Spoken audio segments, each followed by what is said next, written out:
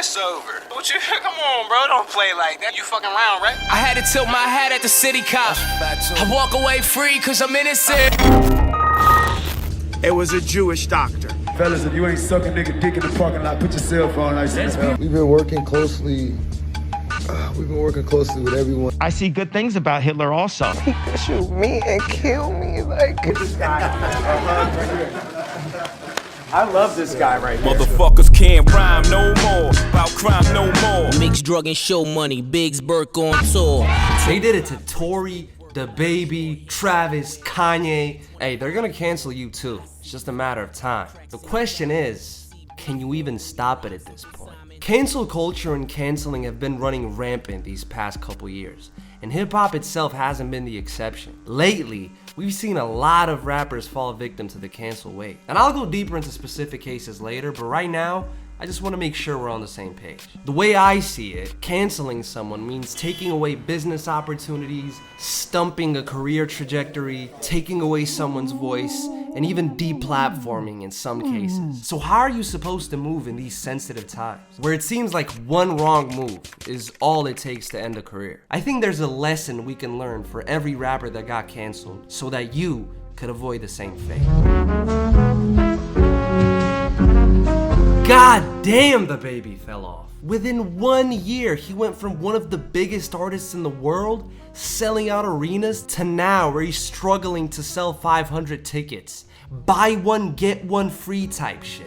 1 year. He must have done something horrific, unjustifiable, disgusting. You know what? I'll let you judge for yourself. You didn't show up today with HIV, AIDS, any of them deadly sexually transmitted diseases that'll make you die in 2-3 weeks. Put a cell phone like that. Fellas, if you ain't sucking nigga dick in the parking lot, put your cell phone like that. Now, was this unnecessary? Yes. Was it in bad taste? Absolutely. I mean, when you got Boosie rushing to your defense, you know you fucked up. But I don't think I'm just speaking for myself when I say the punishment didn't really fit the crime with this one. Like, come on. It's not like he murdered someone in broad daylight or anything like that. Oh, wait. All jokes aside, there's a good reason the backlash was so intense, and it has little to do with the actual incident, and a lot more to do with the benefit of the doubt, our first lesson of the day. A lot of you may not remember this, but at the time of Baby's cancellation, he was involved in all sorts of other controversies, which had already plummeted his reputation amongst fans and media alike. Jumping and robbing a music promoter, slapping a girl at one of his shows, and the one which I believe to be the tipping point, collabing with Tory Lanez, who had already been canceled for doing what he did to Meg Thee Stallion, someone DaBaby frequently collabed with. All of this already had people looking at Baby sideways, ready to disavow him the first opportunity they get. So when he said something that could even remotely be interpreted as homophobic, you had this enormous amount of people just ready to use that as an excuse and pile on the hate train. All of them waiting, praying for an opportunity to pack him up. Well, that opportunity came, and we haven't looked back since. Literally. So why couldn't they just do it earlier then? Good question. Allow me to elaborate. Because, as of today, you can't cancel someone simply for being a complete and utter asshole. That's not enough. But there's this unwritten book of internet law where if you say something racist, homophobic, anti-Semitic, or do anything that could be deemed anti-progress, it's hands off, and they can do whatever they want with you. What can I say? At this point in time, these are very sensitive topics to a lot of people. That's just how it is. Deal with it. Now, if you're well-liked, you have the benefit of the doubt, which means you'll have more leeway. You can drop a gay joke, slap a girl every once in a while, and get away with it. That's how comedians like Andrew Schultz can even exist in today's climate. I mean, one controversy, one endorsement of the wrong politician, and people won't look at him the same. The jokes become more than just jokes. They become the shit-covered brush they paint you with. No, that was the most racist joke ever. That's if you lose the benefit of the doubt, which DaBaby definitely did. Someone who once had all benefits of the doubt is our boy, or maybe not anymore. I don't know whose boy he is nowadays. Kanye West. Deserved it. Definitely deserved it. Let's get that out of the way real quick. If you've been living under a rock, anti-Semitism is what did it for him. Can we acknowledge just how much it took? With all the controversial comments he's made these past couple years, it's almost like he was actively trying to get himself canceled. He was just bored on a Tuesday thinking to himself, how can I make everyone question my legacy as quickly as possible? He had the benefit of the doubt. He was given every chance imaginable, but he was so persistent with his idiotic comments that he still managed to get himself canceled. Just goes to show that with enough focus and hard work, anything is possible. Look at Kanye, man, so inspirational. Another reason this took so long is because he's a minority, and I don't think this is a hot take either. Black dude saying he loves Hitler, people will look at it like, he's just confused. He's just uninformed, that's all. We need to educate him, which in itself may be more racist than anything Kanye said, but we'll leave that alone. Make no mistake, if a guy like Eminem even spelled out the word Nazi, context doesn't even matter. It's over, done with.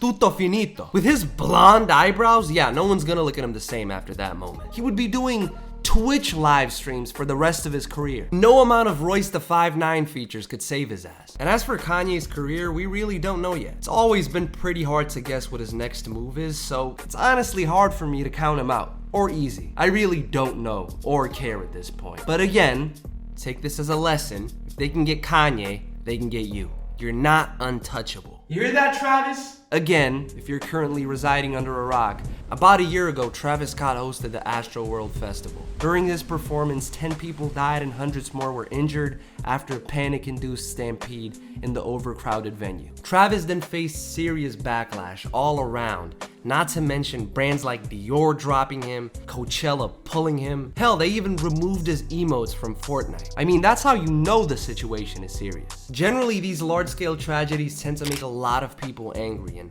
rightfully so. What happened was absolutely awful. But it's my understanding that people didn't really know who or what to be mad at, so most of them directed all their anger towards Travis. And his really shitty apology didn't do him any favors either. Honestly, if we are pointing fingers, I think the ones who organized the event deserve the most blame. But even then, you had people breaking in, jumping fences and shit, so they could just as much argue that it was out of their control, which it maybe was. Truthfully, we don't know. But you know, that's just life. It's not always about what you deserve. The people you surround yourself with and the situations you put yourself in directly reflect who you are as a person. So if a tragedy like this occurs, it's gonna reflect poorly on you, even if it wasn't necessarily your fault. And as much as people like painting the celebrity as this villain who doesn't care about anything or anybody but themselves, I don't think that's realistic or productive. Best thing we can do with these tragedies is learn from our mistakes and make sure nothing like that happens ever again. Yet still, the artist was blamed like they personally assassinated each and every victim. Is it really fair to put all of that on Travis? Well, again, like I stated previously,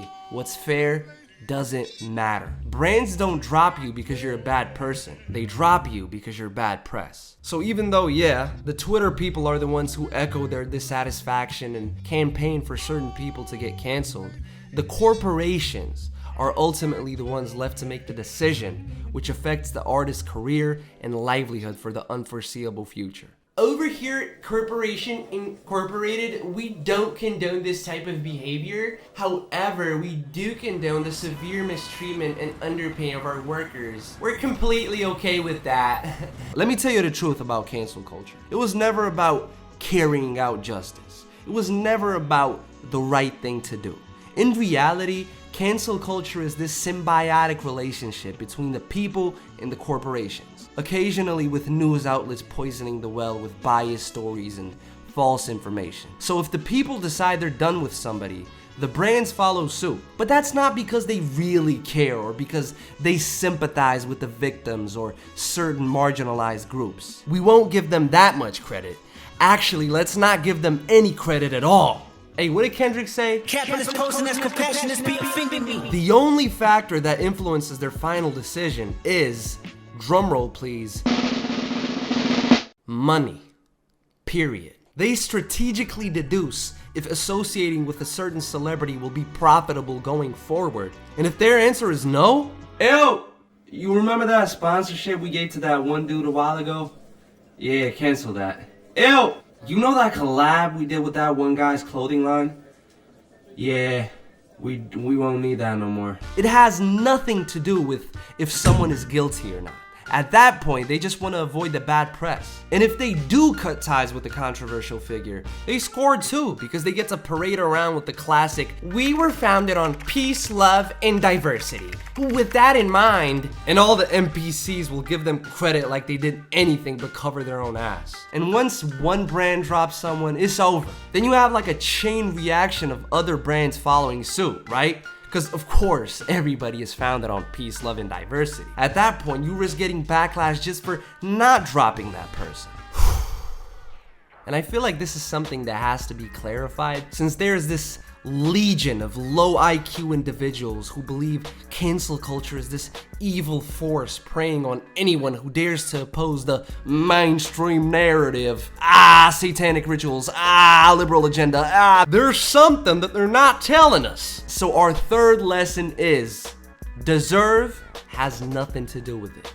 Remember that. In my opinion, a lot of grown-ass men were way too emotionally invested in the Tory Lanez Meg Thee Stallion drama. Tory was framed! Come on, at that point, if you're bending so far backwards to make these ridiculous excuses, it's not just about the case anymore. We don't have to pretend. Admittedly, Tory was well liked, still is, amongst a lot of people, which is evident seeing as a lot of them were scrambling to make excuses, falling over themselves to prove his innocence, solely based on dick riding. The part that I don't understand is, it's not like him being guilty would stop you from being a fan, so why bother? What's the point? I don't get it. In any case, no matter what way they try to spin it, in the end, the verdict clearly states guilty. Listen, it's all fun and games when the brands are canceling you, but the state canceling you, now that's something to cry about. Believe it or not, there is a lesson to be learned here. If you do bad shit and you're disingenuous about it, the truth will eventually come back to bite you in the ass. So focus on the root of the problem.